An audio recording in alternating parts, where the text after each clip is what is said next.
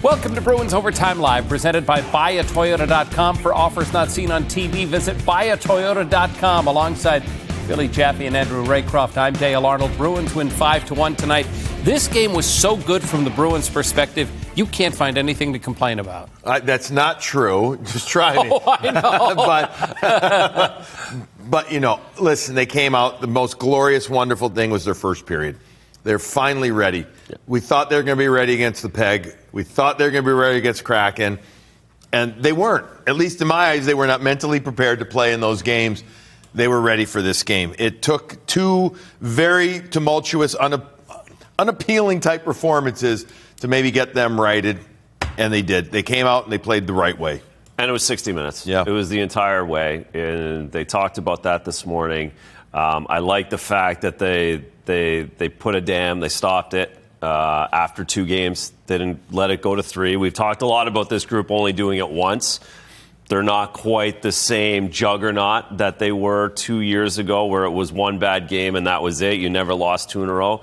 These guys have lost a couple times, but they haven't gone on a real bad streak, and they stopped this one on the road on a Saturday night against a pretty good team. Before David Pastrnak scored a goal, he had 3 apples tonight. He was flying around the ice. He was great. He was great, and you said it, leaders got to lead, and the best players have to be their best, especially when you have 2 really bad games on the road, and it has to be the power play. Listen, the power play got this group going. It was these 5 guys. We've been on these guys about the power play, scoring goals in a timely manner to get them off and running in certain games. There's been so many nights where you're like, all right, early power play, they get going, and they haven't. And tonight they did, so good on them.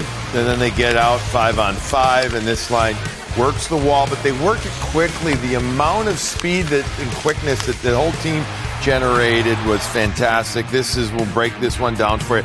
Here comes Peak. Look again, speed, Dale. He's moving his feet the entire time. Generates puck traction through the neutral zone, gets it in. And now Van's like, where the hell are we going? We don't know where to get. And then here we come. He's going to come in from the point. Geekie's going to support. He gets 2 guys over on that side. Put the puck back down. As I like to say, change the point of attack. Make it to where you force the defenders to turn their skates and face the puck. And then that leaves somebody else open. So there's 2 assists. And the third was the best one. As good as the second one was, I thought this pass, the vision, the eyes, to hit Zacha in full stride there, and then Zacha to make that play, going backhand to forehand with Jake DeBrusk on his back. It's a thing of beauty.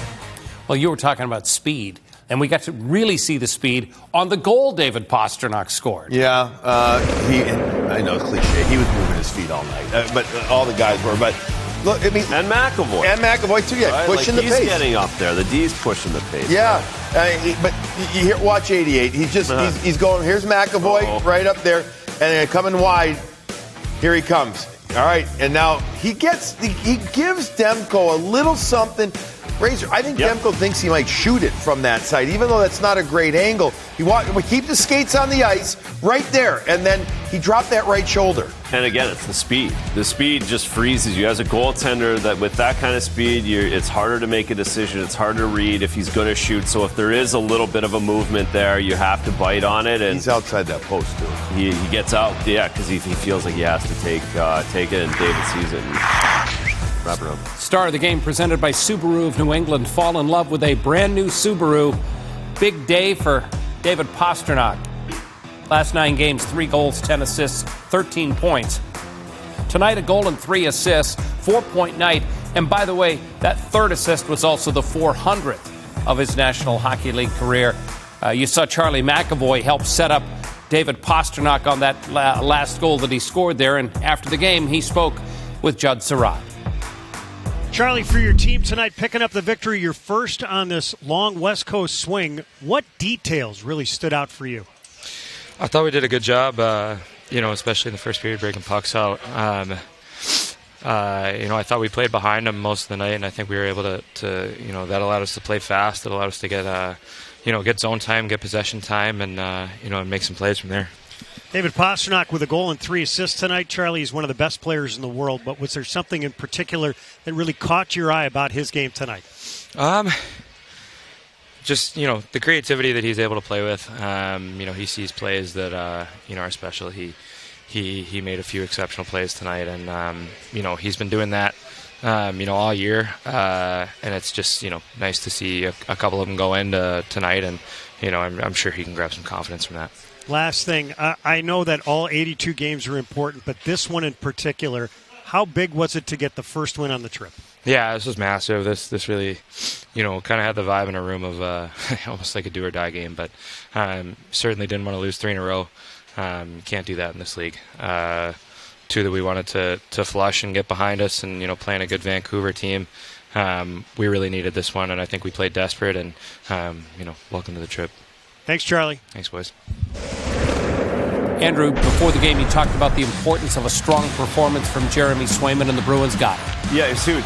Huge bounce back for him after giving up the 8 goals in Winnipeg, having the 5 goals against in the third period after what were 6 good starts under Joe Sacco. And that's the bounce back you need from a guy. That's your guy, your starting goalie, your guy. And he came up big. Didn't have a lot to do in the first period with the 2-0 lead on the road, knowing you're going to have a big second. He made 12 saves. 5 or 6 big ones right in the middle where it was 3-0, where a 3-1 makes it a game. I loved his game, loved his effort, and it was a big one. And now you take out, again, 7 of 8 games with Joe Sacco have been 3 goals and under. He got smoked in Winnipeg. I get it. He gave up 8 goals, kills his numbers, but the reality is he's 13 goals in those other 7 games on 166 shots. His numbers are trending in the right way under Joe Sacco. Yeah, I love the second period, and I think that was key, again, because as you said, Razor, he didn't have many shots in the first, and he had some real, I had him unofficially 6 high dangers in the second, maybe more. Like, it was just really good. And now you've set up the real distinct possibility with 2 days off before the next game that he could play the next game as well. Get him again on that roll. We talked pregame. We thought that could happen, and why not? Like, this sets up perfectly for that. We've got plenty more to come on Bruins Overtime Live. You see Marc McLaughlin getting a goal for the Bruins as well. We'll get more reaction to the Bruins win tonight against the Canucks. Plus, Andy Brickley will go one-on-one with head coach Joe Sacco after the break. Bruins Overtime Live is presented by BuyAToyota.com. For offers not seen on TV, visit BuyAToyota.com.